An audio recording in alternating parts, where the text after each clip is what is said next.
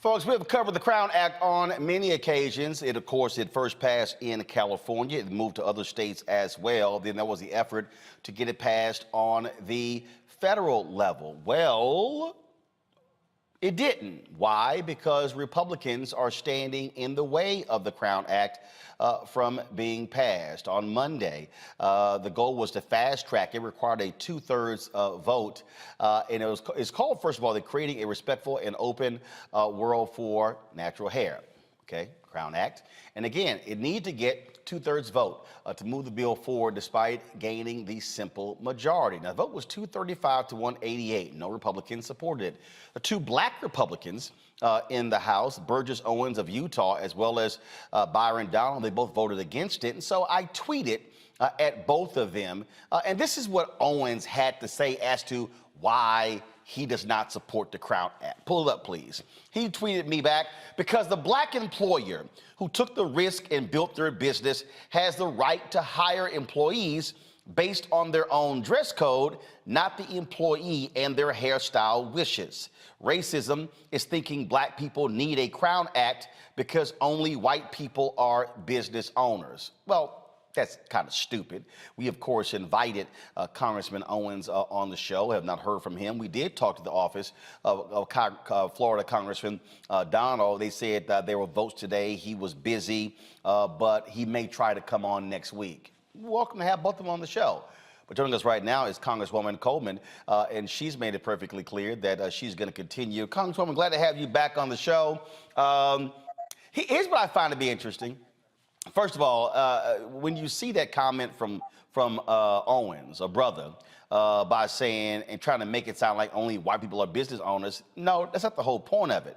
I remember a few years ago, there was a black woman who was a psychologist, applied for a job at the VA in Virginia. Impeccable credentials. When she left the room, one of the men who interviewed her commented on her hairstyle. She didn't get the job. She ends up suing them. This is actually on the EEOC website. She ends up suing them, wins. They had to use taxpayer money to pay her back wages, and then she still got hired. That's what the Crown Act is there for, to keep folks from saying, no, I'm not going to hire you because I don't like your cornrows or your braids or your afro or your natural hair. Yeah, not only that, it's also to protect our students who get over-disciplined in school because they're wearing hairstyles that are considered unapproved because they simply happen to be natural hair styles, bantu knots, locks, braids, whatever. It's unfortunate that we have to go here, but we do, because any vestige of discrimination has to be eradicated. And so we did we did things through 64 and 65 and and on in terms of civil rights issues, and this happens to be the vestige of one where white folks feel that you can make certain decisions about whether or not someone's worth hiring, whether or not someone should be able to get a house, rent an apartment, whether that person can enjoy a public accommodations or have access to a federally funded program simply because of the way that he or she is wearing their hair. And that hair is related to their interpretation, rightfully so, that this has an Afrocentric appeal. So what? It has nothing to do with whether or not a person is ready, willing, and able to do a job, purchase an apartment, purchase a house, or do whatever else anyone else has to do. And it really ought not be something that we have to fritter about so much. It passed unanimously in the last Congress in the House of Representatives. It just seems that we're having a devolution of morals and core values in the on the opposite side of the aisle in the House of Representatives right now. And it's shameful. It's unnecessary. Now you said it passed unanimously. So all of a sudden, now you have 180 Republicans who are opposing it. What changed? I don't know. I think they're still angry about the big lie. And they certainly can't quite figure out what a positive response is to almost anything. So that's who they are right now. They're disruptive and they're hateful and they're racist and a whole bunch of other things that are not serving their constituents well in the House of Representatives. There were 15 Republicans that did support this legislation the other day. See, this is, and the thing that again, when I look at that comment by Owens, when I listened, there were some Republicans who said, oh, this is the bad hair bill.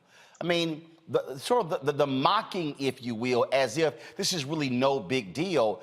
When we've done the stories of the brother who was the wrestler, where the referee said, "Oh, if he doesn't cut his hair, he's gonna be disqualified." The brother down in Wichita Falls, Texas, same thing, where they said, "Oh, he has to cut his locks," even though it actually didn't. It met the length requirement. I mean, these are the things that we're seeing where, oh no, you can't graduate unless you change your hair. It literally is the policing of black people.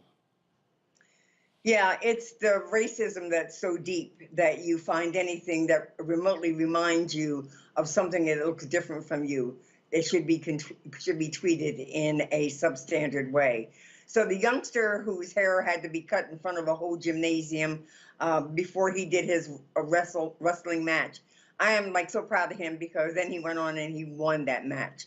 We don't understand the implications of discrimination and racism as it relates to the natural hair wearing. We don't really understand, or they don't understand, what it's like for a woman to have to figure out how to cover up her hair before she shows up to work so that she looks more European and therefore more acceptable. We don't even know. I had a very interesting conversation with members of SAG, and they told me about the experiences that they had to go through just trying to find someone on a set, whether it's Canada or the United States, who could do their hair, who would do their hair, who could do it safely, who would have the products that were necessary. And in instances, they were required to go and purchase wigs to cover their hair, or they were required to go find someone who could do their hair and pay for it. That has economic implications to those individuals in that industry as well. And your hair should not have any economic negative implications in your right to work or where you live or whether or not you will go into a public accommodations.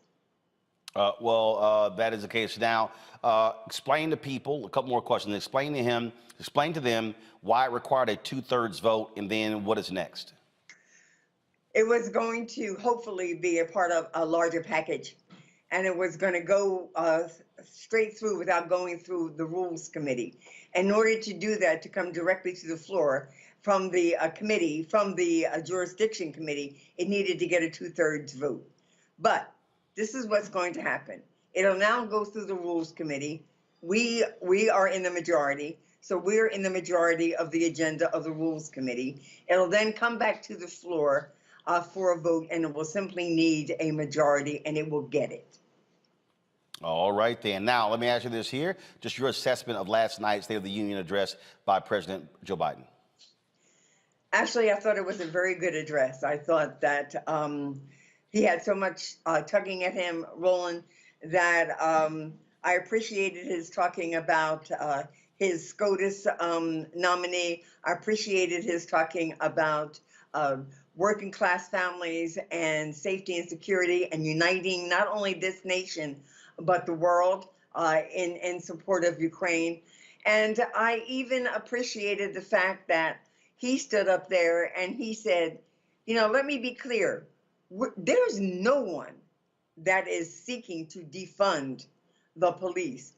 We are simply hoping that wanting to put the resources into police enforcement to go along with the education, the acculturation, the maturation, and the appropriate responses to situations that it encounters in every community, particularly ours.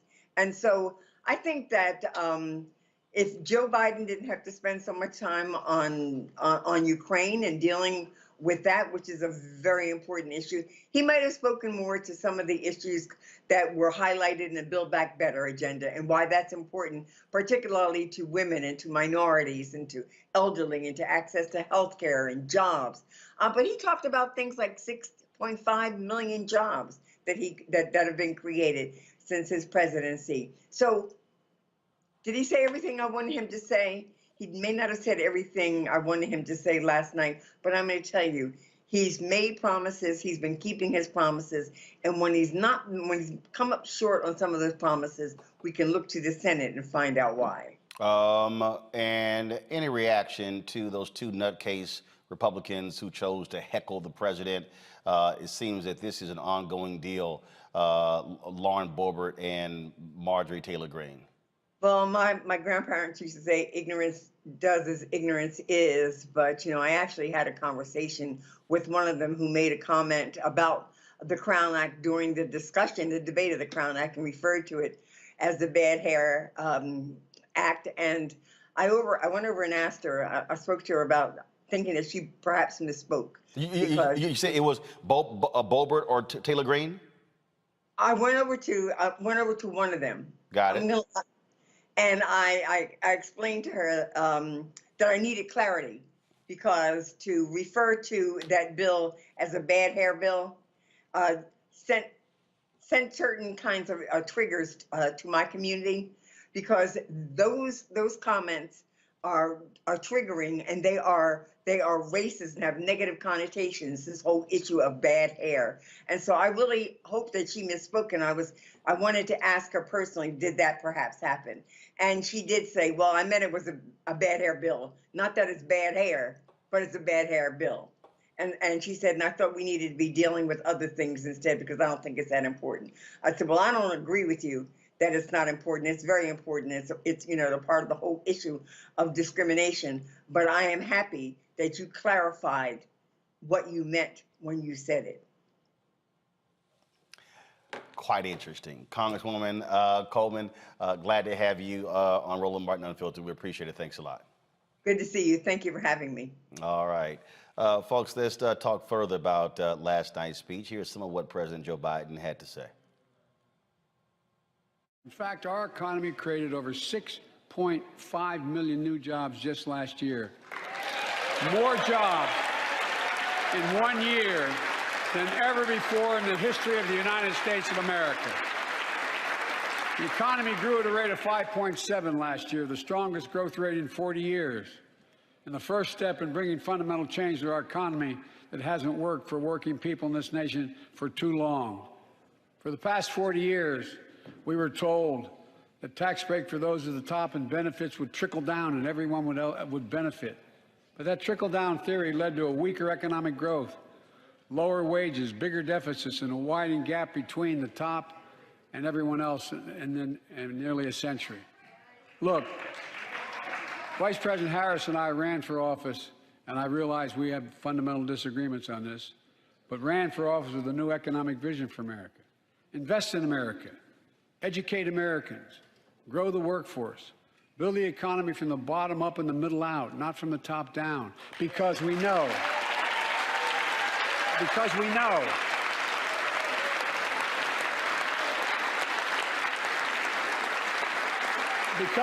when the middle class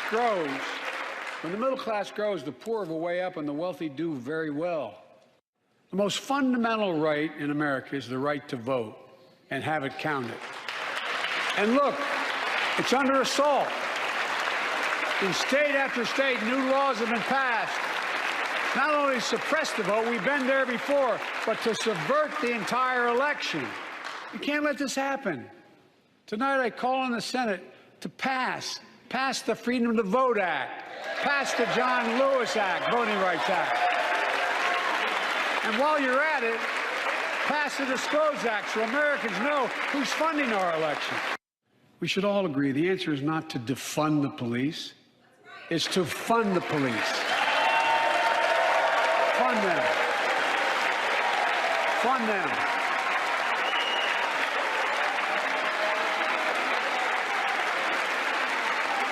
Fund them with resources and training. Resources and training they need to protect our communities. I ask Democrats and Republicans alike to pass my budget and keep our neighborhoods safe. And we'll do everything in my power to crack down on gun trafficking, of ghost guns that you can buy online, assemble at home, no serial numbers, can't be traced. I ask Congress to pass proven measures to reduce gun violence. Pass universal background checks. Why should anyone on the terrorist list be able to purchase a weapon? Why? Why? And folks, ban assault weapons with high-capacity magazines that hold up to 100 rounds. You think the deer are wearing Kevlar vests? Look, repeal the liability shield. It makes gun manufacturers the only industry in America that can't be sued. The only one. Imagine had we done that with the tobacco manufacturers. These laws don't infringe on the Second Amendment. They save lives. All right, folks, let's get right into it with my guest, LaTosha Brown. She's the co-founder of Black Voters Matter. Linda Sarsour, she's the co-founder of Until Freedom. We also have on our panel A. Scott Bolden, former chair, National Bar Association Political Action Committee, Monique Presley, legal analyst, crisis manager, Lauren Victoria Burke, writer with the NNPA, as well as the GRIO. All right, LaTosha and Linda, I want to start with the two of you. And so, LaTosha, you, the president there, he did mention the issue of voting rights. You heard that. You also heard and saw the reaction from people over this whole idea of fund the police. Democrats have been blaming defund the police on their losses in different ways. Your assessment of what you heard last night of the president speaking to the nation. You know, I had to actually put his speech in perspective. Actually, I think that his speech, if you were looking at a speech to neutralize the talking points of the Republicans, he did a good job at that. He actually neutralized and protected his interests around, or at least not giving them any talking points. It was actually really disappointing not to hear a stronger statement around as he talked over the voting rights. I thought he made some good points around the economy and some of the things that he had done and brought in the economy. But, you know, the one piece that he brought that I thought was really unnecessary, but it was also, I think, a part of that appeal to this moderate Republican that never shows up for anything progressive, was this whole notion of the defund the police. That the idea, it's ironic that earlier in his speech, the first 15 minutes of his speech, he talked about Ukraine, and he talked about the financial, like, withholding resources from Russia because Russia was not acting right, because Putin was using his power to abuse the Ukrainians and undermining their democracy. And so it's interesting that on one hand, he set out and laid out like this accountability, that in order to actually hold one accountable, it is to actually impact their funding. But here we are, but then next, he says that the police, who we've seen killed Black people, unarmed Black folks in this country, as a matter of fact, as they are sleeping, that they actually should get more funding. So while if you're asking me if it was effective at neutralizing a Republican talking point, I do think it was effective that. If it was, I think that it further alienates his a base of voters that really have to be activated, that are actually the margin between who's going to come out in the midterm elections or not. I think that it was actually unnecessary. In many ways, it was disrespectful to the very movement of people who actually helped to put him in office. So what's good for the goose is good for the gander. So if we think that financial sanctions will actually help Putin change his behavior, why do we not think financial sanctions, right, and literally redirecting the resources will actually create a more just and equitable justice system in this country and holding the police accountable? See, Linda, here's the thing that is very interesting. The attitude in this country is more money, more money, more money, more money, more resources for law enforcement. When you look at the fact that we spend more money on national defense than the next 10 countries combined, when you look at how Republicans responded to a $1.5 trillion Build Back Better plan, which was $1.5 trillion over 10 years, yet approved, Democrats and Republicans, without any real pushback, a $700 billion annual expenditure for the Defense Department. And that seems to always be the reaction in this country. Oh, more money for the cops. You got the unions out there who push that as well. But explain to me, with all the money they've been getting thus far, why unarmed people still getting shot? Why are cops still beating the hell out of people, resulting in cities having to spend billions of dollars on settlements? Why are we still having, again, individuals who are being paralyzed and folks being impacted? And so folks don't want to deal with that. Boebert jumps up, she yells about the 13 troops who were killed in Afghanistan.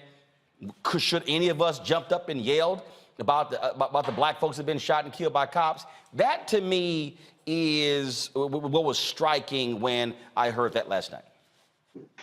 Oh, I agree 100%, Roland. For me, the speech was consistent with the Democratic Party, which is out of step with the organizers, out of step with the movement, and out of step with the most marginalized people who continue to come out and vote for them during midterm elections, general elections, and really whenever they need them. The bottom line here is that we always have money for wars. And you know me, I come from a lineage of people and a heritage where people that pray like me and look like me and speak the languages that I speak have been murdered at the hands of the United States government and our foreign policy. So we always find money for more guns and more tanks and more airplanes, but for some reason we can't find money for health care. We can't find money for mental health services. I'll give you an example, Roland. I'm from New York City. The New York Police Department is the largest police force in America by far. In fact, our police department here in New York's budget is larger than our Department of Education, Department of Parks and Recreation, Department of Transportation, Department of Sanitation, Department of everything. Every department, if we added all the budgets together, are still smaller than the New York Police Department. And we still see an increase in gun violence across this country. We continue to see crime rise across this country, especially during and post this pandemic. And where the question that we keep asking people when they keep saying more money for cops is, show us the data. Show me that more money for police officers is what decreases crime. Show me where the data is that tells me that the highest funded police departments are actually the ones that have the lowest crime. And we don't see that. We have not seen that data. What happened yesterday during that speech, for me personally, as an organizer, as a racial justice activist, is Joe Biden trying to play to everybody. But he also knows, and he knows that we know, that he actually has power over some of the things he said. If Joe Biden wants us to come out during the midterm elections, if the Democratic Party wants us out cancel student debt or cancel at least some of it, which the president does have power to do. He talked about lowering prescription drugs. Stop putting the blame on everybody else and tell the American people that you have the power through executive order to do that. He has the power to expunge marijuana convictions of people across this country. There is power in the president's office. And so talking to me during a State of Union without putting some actions is not going to move our people. So when we say defund the police, and we want to keep saying it because it's provocative and we know that, it's to engage people in the conversation. We say defund the police and reinvest in mental health, in healthcare services, in jobs, in infrastructure in our communities. And we promise you, if you try it, you will see low crime, you will see thriving communities, and we will not need police. Police come after the crime was committed. When gun violence happens, people call the cops. The people are already hurt, they're already dead. And so the fact that we keep calling the cops when there's homeless people, we keep calling the cops when, you know, we're having a fight with our neighbor, and oftentimes with Black and brown people, especially in mental health case services, we end up with a dead family member. It's not working for us, Roland, and the president continues to speak against us, and then they'll call us and tell us, hey, what you doing for us in Georgia? We need you in Pennsylvania. We need you in Michigan. And then when people turn their backs on the Democratic Party, that we want them to know it's not our fault, it is your fault. Scott, to that point, what Linda just said, this was a tweet that Sherrilyn Ifill, of course, leader of the LDF, this is what she tweeted. She said, where is the data to support this is the answer to current public safety challenges? Do the highest funded departments have the lowest crime rates? Are those departments more effective in solving violent crimes? Do they have higher public confidence? This is political framing, not answers. And it's from an historical perspective. I agree with my sister who just spoke right there. She's absolutely right. I'm a former prosecutor from New York City. But here's the headwind. And listen, and I'm going to say something that you all know. When you poll Black people, brown people, and white people on the phrase defund the police, the result is 80 to 90% of those voters say they don't want to defund the police. They don't even get to the dialogue part. And last night you heard Biden begin at his core that he is a moderate. And he and the White House have decided that they believe that their best shot at neutralizing the loss of the House and Senate in 2022, and perhaps even in 2024 for the White House, that it is the appeal to the moderates, because he can't get any progressive agenda through. At least it's stalled. And so now last night, he announced and triggered, essentially, that he was going to stick with his moderate agenda. That means he's going to lose. The Democrats are going to lose because Black and brown people want police reform passed. Didn't hear much about that last night. They want the Voting Rights Act passed. This White House and Senate and House can't get it done. And so while Black and brown people have nowhere else to go, they do have a choice in whether they come out and they're energized. The Democrats are going to lose in 2022, not because the Republicans are energized, but because the Democratic base isn't energized because this White House hadn't kept its promises. And this is the thing here, Monique, on that particular point. To what Scott just said, the president didn't talk about the George Floyd Justice Act, didn't talk about what he's going to do with signing executive order dealing with criminal justice reform. Now, we've heard, for months that, I mean, after Senator Tim Scott scuttled the bill, and these things were coming. Well, here we are in March, and it hasn't happened yet. And so when you talk about framing, if you're going to be Biden and you're going to be Democrats who are saying, okay, oh my God, we're scared of defund the police, so we should be yelling, fund the police, you damn sure better have something else saying to people how you're going to be holding police accountable for their actions. The absence of that and just saying we're going to give them more money, that ain't going to cut it. Exactly. Right, but that's not what he said. He didn't just say throw money at it. He said that he's not in favor of defunding, which anybody who's ever listened to him for the million years he's been in politics knew that. And when he said funding the police, he said providing funding as well as accountability. I mean, literally, he said that in the adding of funds, that the funds should be used for proper training, that the funds should be used for community policing, that the funds should be used for the things that I think his quote was, the things that we already know work. Now, I disagree about some of what works and what doesn't work, but he certainly said that accountability has to be a part of that. I've heard everybody so far, from President Biden to the other panelists, talk about funding being what's necessary. And Sherilyn Ifill did ask the question, like, where's the data? But I didn't hear her give the data. So I just want to add some data, so at least we know where we are.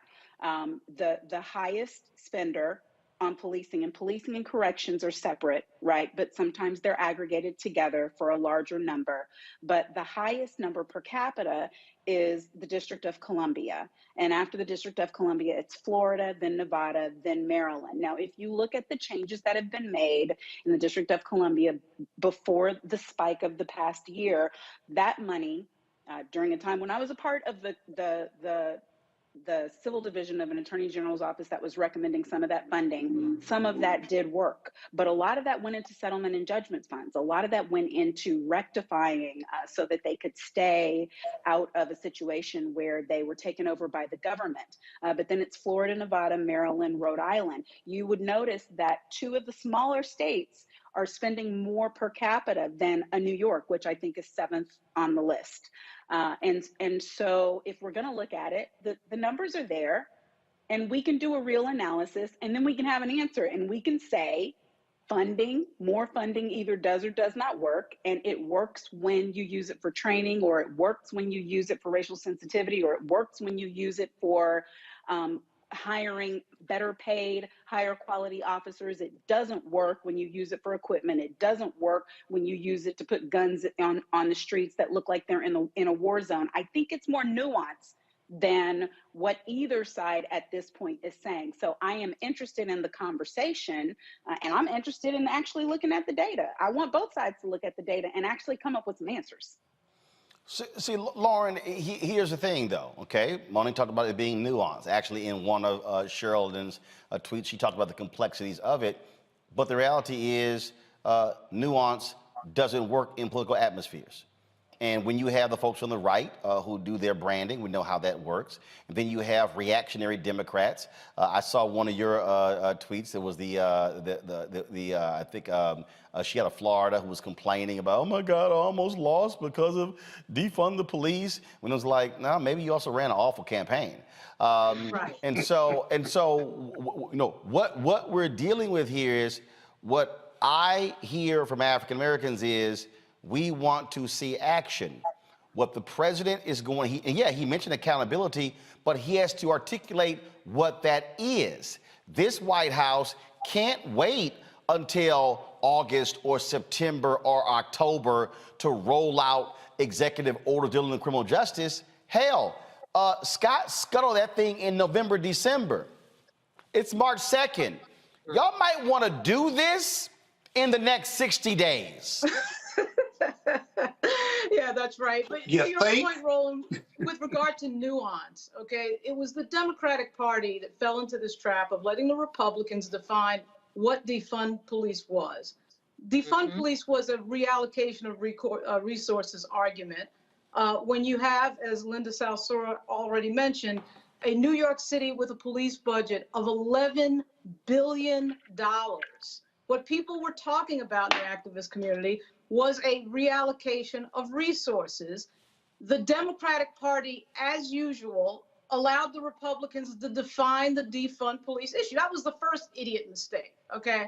To Scott Bolden's point that Black voters don't have any place to go. Yeah, they do have some place to go, Scott. Their couch. Their couch is where they go on Election Day when they hear a president, who they just put in office in places like Detroit and Philly and Atlanta and Milwaukee talk about things like, oh, I want to fund the police, in a way that you never hear the Democrats talk about with any other constituency under the big umbrella that is the Democratic Party. Somehow when it's our issue, when it's Black people, he gives all this time in his first State of the Union to talk about how he wants to fund police, to effectively slap in the face these activists that were heard right after George Floyd's death during the racial reckoning. That's what he was doing, because the Democratic Party values white voters over black voters. That's why. There is no other constituency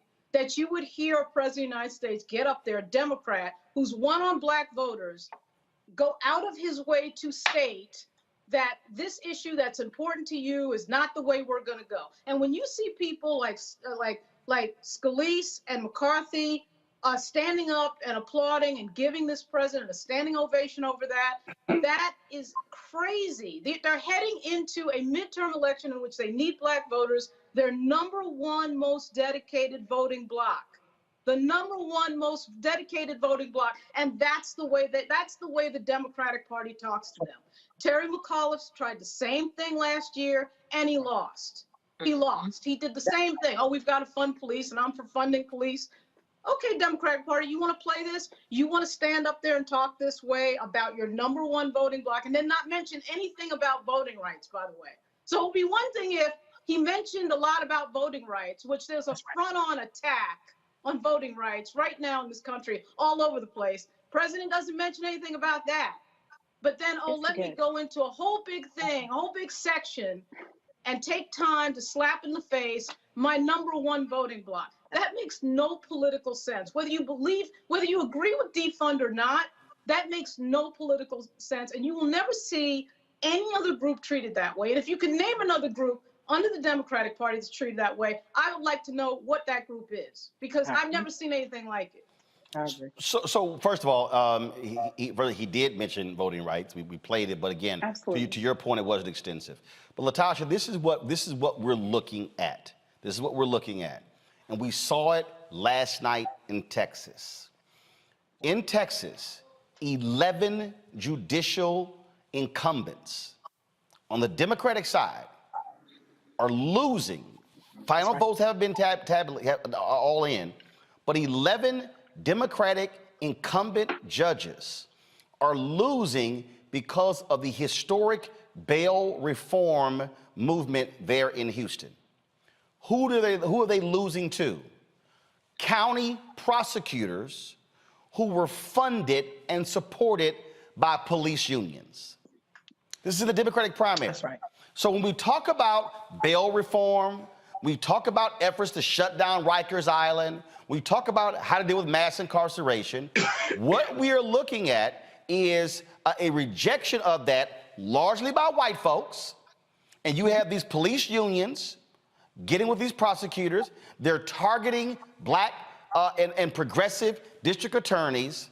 And so what you're going to see, because you're already seeing it, you're about to see, and I keep warning everybody, and even in the numbers in Texas, the Republican turnout was 5 or 6 points higher than the Democratic turnout. You're about to see a motivated white conservative constituency. And so if you're Democrats, you better be freaking out, because if you do not have motivated black people, motivated Latinos, motivated white progressives, you're going to get killed. And they're trying to win Pennsylvania.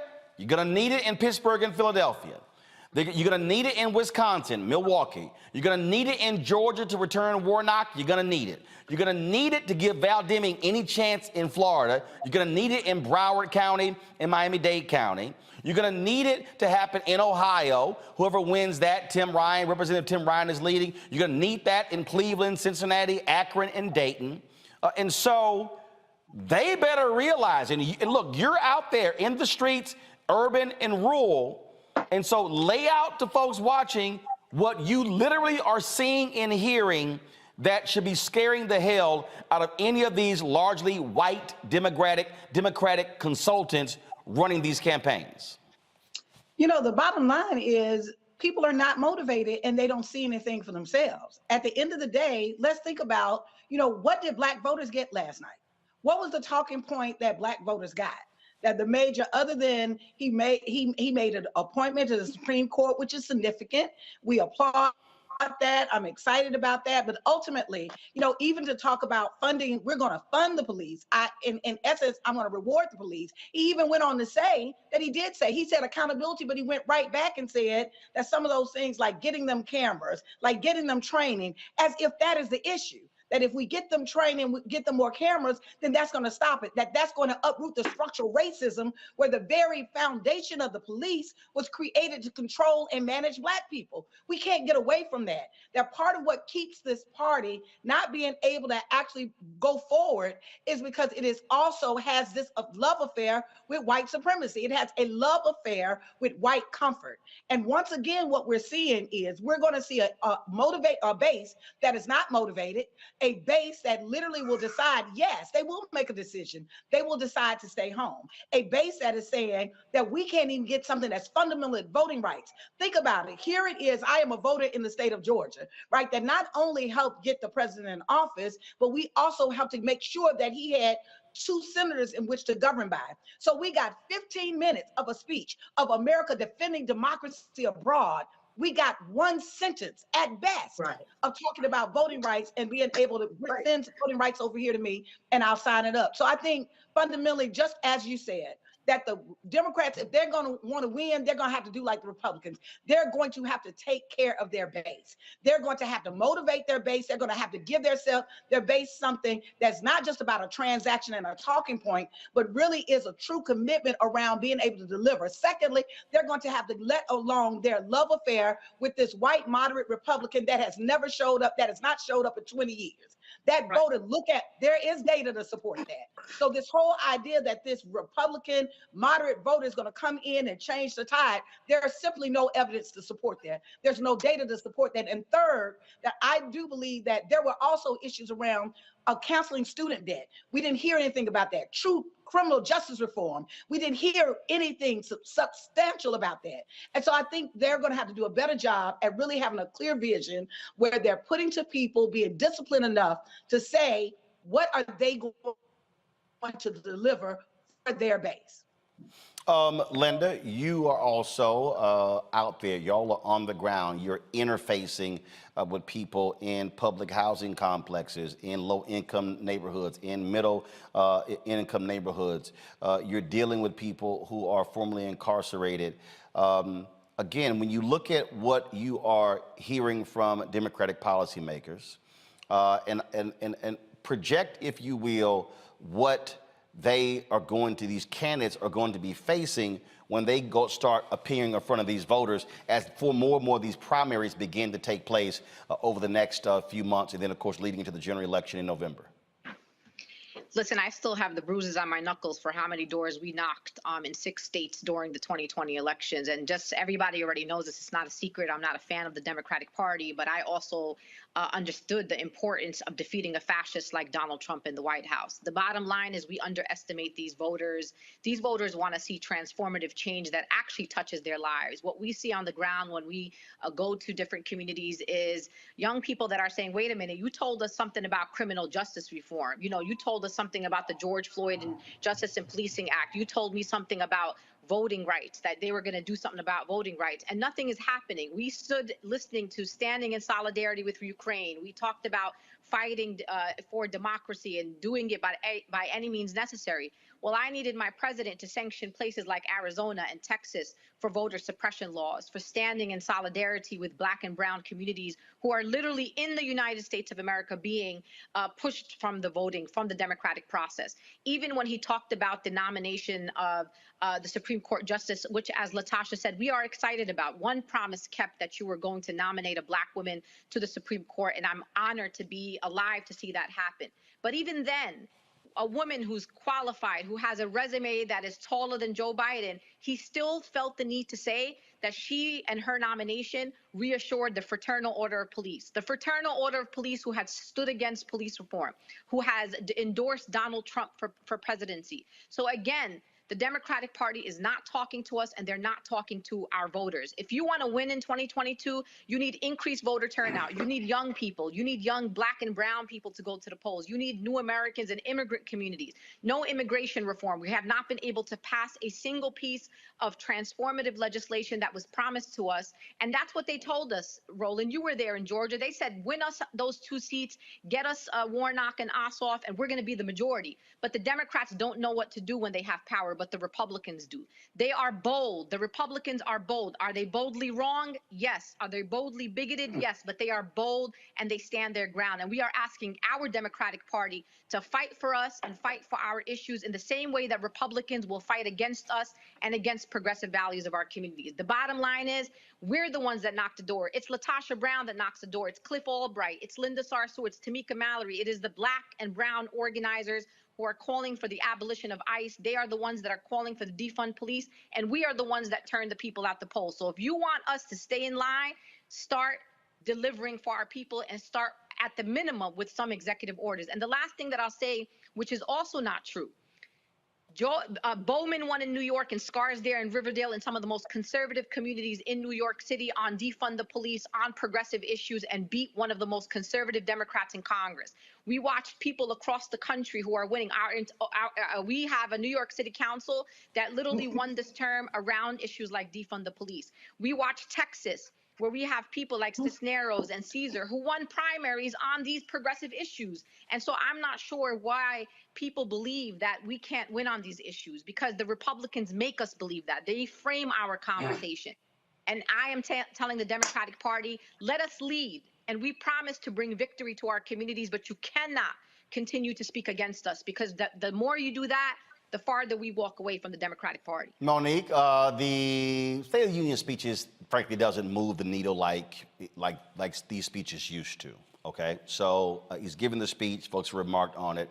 So here's the question: if you are invited to the White House, if you are sitting there and you have Biden there and Harris there and Jen, Dylan O'Malley and Cedric Richmond, all these different people, what are you telling them that they need to be saying and doing to touch the hearts and minds of folks to get them to turn out in the primary, but also in November? Well, the same things I've been saying. I've been in the room with every one of those people except for the president himself, and I fought tooth and nail for the George Floyd Act. I fought for everything that I could every time I was given an opportunity for our people. What I think is important, though, is that our people understand what's in their interests as well. You and I have had this conversation a number of times, Roland. I don't believe that politics should be a let me entertain you, let me make you smile, let me tickle your fancy, let me whisper in your ear, let me excite you type experience. And then based on the same kind of over enthusiastic experience that a preacher who doesn't have a real message would give to get the congregants to start shouting and show up in the offering plate, our president, our vice president, our Congress should do to us as voters. We are the ones who have the responsibility to utilize the vote that is our right. We are the ones who know the stakes. We are the ones who are making the decisions about who we hire and who we fire based on the available choices. And if we don't like the choices, we are the ones who have the opportunity to put up better candidates. That is all in our hands. And you know, I'm disgusted by the stuff that went on in Texas. LaTosha's on here. She can tell you I was texting her and Cliff middle of the night. I was sleep texting when I was watching those results coming in. I sent you the same message because it sickens me. That's my home state, to watch these things happen. But I'm not going to stick the responsibility all over on elected officials who don't just have the Black community that they have to serve. They have to serve everybody in the United States. If we want our interests to be the ones that are on Front Street, we are the only ones who can make sure that that happens. And I do think that a growing economy matters for Black folks. I do think that healthcare matters for Black folks. I do think that the American Rescue Plan helped Black folks. That's what the numbers say. I do think that the things that the administration has managed to get across have been successful. And I do think that the Senate that is a do-nothing Senate that has failed its constituents, and that needs to be fixed. But that means we got to vote more, not less. That means we need not a 50-50 tie. That means we need 6 more votes. So, I would say what I would keep saying in the room, but what I would say in the room to me is not the issue. What we say to each other about why this election matters, whether we get everything we want or not, that to me is what is important. Lauren, what would you say? Yeah, what I would say is that you serve who got you in office. You serve your base. I mean, that's what politics is about. You do serve your base. We're in a country that's changing and getting blacker and browner, and the White House knows that. I mean, you serve your base, and the idea that they would go out of their way to have that section of that speech hit a part of their base in a way that they would, again, never do with anybody else. And they can't claim that any other part of the Democratic Party has gotten them into office. That's who Biden got into office. They have no problem doing that when it's policy for white women, when it's policy on immigration and the Dreamers, when it's policy for LGBT. He had no problem, obviously, talking about Ukraine. So at the very least, I would ask the president not to go and find the thing that's important to Black voters, one of the things that's important to Black voters, and then decide that he's some sort of Republican light. That was basically a little bit of Sister Souljah, because they think, to Latasha's point, that they're going to get the magical moderate white voter. That's what they're doing. It's nonsense. And they keep doing it over and over again. And they keep learning the same lesson over and over again. And they keep losing over and over again. Scott? Roland, I would run this segment. I start my presentation off by running this segment before the president, the vice president, and all those other really important people who are making these political decisions. And I would ask them, the problem with Democrats is they are addicted to attracting the moderate white voter.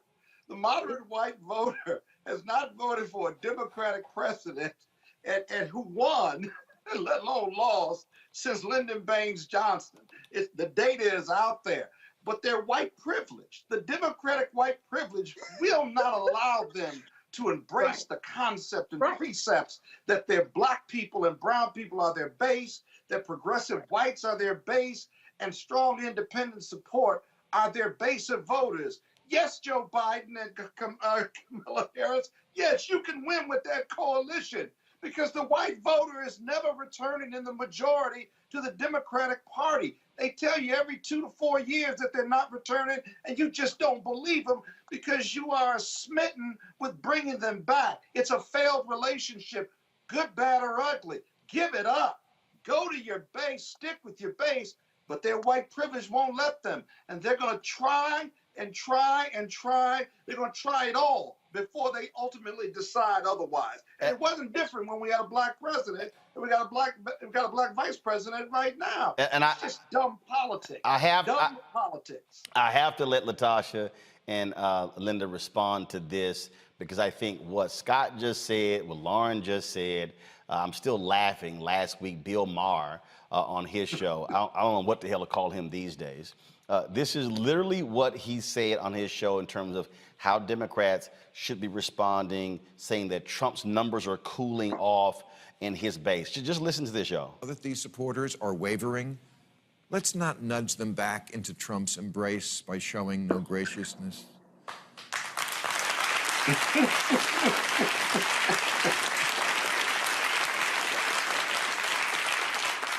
The Democrats' own committee, responsible for getting Democrats elected this November, is telling their candidates, you are losing because you come off as preachy and judgmental. So sure, the temptation will be to humiliate Republican voters who are now finally coming to their senses about Trump, to shame them, call them deplorable, and say, what were you thinking, you stupid fuck? I'm saying don't do that. Don't do that. Don't do it. I know I made it sound good, but don't do it. Don't do Latasha, here's what's hilarious. Them folks who voted for Trump, they ain't coming to Democrats. And this is the thing. Democrats will spend an inordinate amount of money and resources and time trying to convince those people to vote for them when the numbers don't lie. Monique talked about earlier, we talked about data.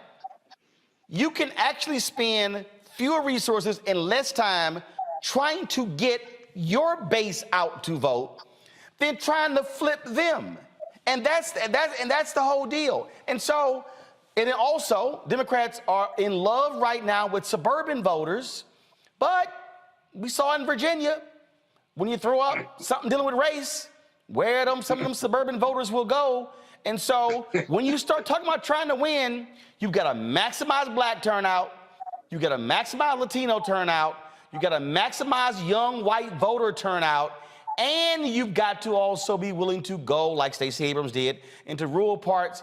And you're going to lose, but you decrease the margins. You don't lose 80-20, you lose 65-35, 60-40, 55-45. That's a recipe to winning. But if you're about to spend a lot of your time trying to flip some Trump voters, especially his base, you're wasting your time. Latasha first, then Linda. Roland, I'll just say the bottom line is the one issue in this country that we know is truly bipartisan is racism. The bottom line is what we're experiencing right now is that racism, there is a level of valuing, just as our sister said earlier, valuing white voters over all other voters. The truth of the matter is, if you want to talk about data and the reality is that America is becoming browner, that is becoming more diverse, that when you look at the whole political landscape, it is shifting. America is younger, that there are more voters actually that are younger voters now that have finally eclipsed the baby boomers. So they may be talking to the base of back then, but the future of the party, they are not cultivating the respect, the trust, not only in this transaction of the election, of going forward. You know, it's something that Monique said, I do agree that you have to understand that you represent all of America, but what seems consistently is that when they speak about, particularly Democrats speak about their agenda, for some reason, the black issues are the issues that drop from the table. Everybody else, we can go hard in the paint about their issues. Right. But when it comes to the black issues, those drop from the table. And so I just say that because I don't think that there's anything wrong. I think if we really are trying to build and strengthen a democracy, it is our responsibility to hold elected officials accountable. You're right. Have the power, and this is part of the process of actually saying and calling them to account on these issues that we care about in our communities, and that is going to motivate and going to move people to vote. We got to raise those things if we want to see the kind of change we desire and we deserve. Latasha Brown, co-founder of Black Voters Matter. I appreciate it. Thank you so very much for joining us. Linda, final comment before I go to break. I mean, listen, when we were organizing during the 2020 election, we were going to what I would consider, and I'm from Brooklyn, so I'm just going to say it this way. We were going to the hood. We were going to public housing in places outside on the outskirts of Miami. We were going to places in Philly and in Pittsburgh and in North Detroit. And guess what? I looked around and I was like, why aren't there flyers here? Why does it look like nobody from the party came and knocked on these doors? It's because the Democratic Party considers many black and brown voters as low propensity voters instead of high potential voters. So the party has an agenda of who they want to reach out to, and they expect us to do the rest of the work. Well, I'm telling them in 2022, put up the money, go to these high potential voters, but you better come with some tangible items. You better come with some executive orders, and you better come and let them know that you are ready to fight for them in the way that they deserve, or they will not show up to the polls. People will say to you, Roland, that, listen, we've been living in a country with racism for hundreds of years. We have seen poverty. We have lived poverty generation to generation. And I know so for some people, they might not like that mentality, but people are exhausted and they're tired and they don't want to be lied to. They want to be delivered to. So let's hope the Democratic Party changes their attitude and knows who their true loyal members are that are going to help them keep the House. And the responsibility is on them and not on us. All right, Linda Sarsour, co-founder of Until Freedom. We appreciate it. Thanks a lot.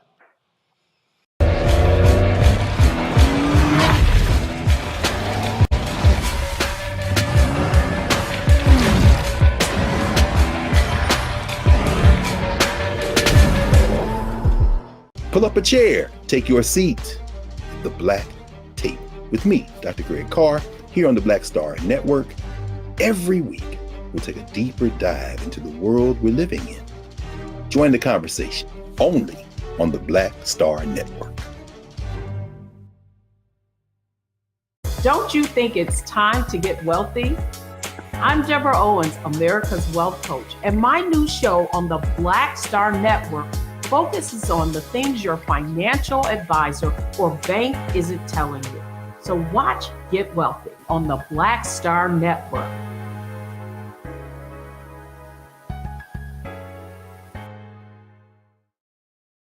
Hi, I'm Dr. Jackie Hood Martin, and I have a question for you. Ever feel as if your life is teetering and the weight and pressure of the world is consistently on your shoulders? Well, let me tell you, living a balanced life isn't easy. Join me each Tuesday on Black Star Network for A Balanced Life with Dr. Jackie.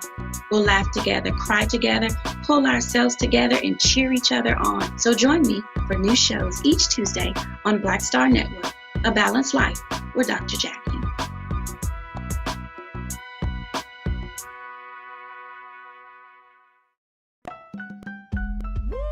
We're all impacted by the culture, whether we know it or not. From politics to music and entertainment, it's a huge part of our lives, and we're going to talk about it every day right here on The Culture with me, Faraji Muhammad, only on the Black Star Network.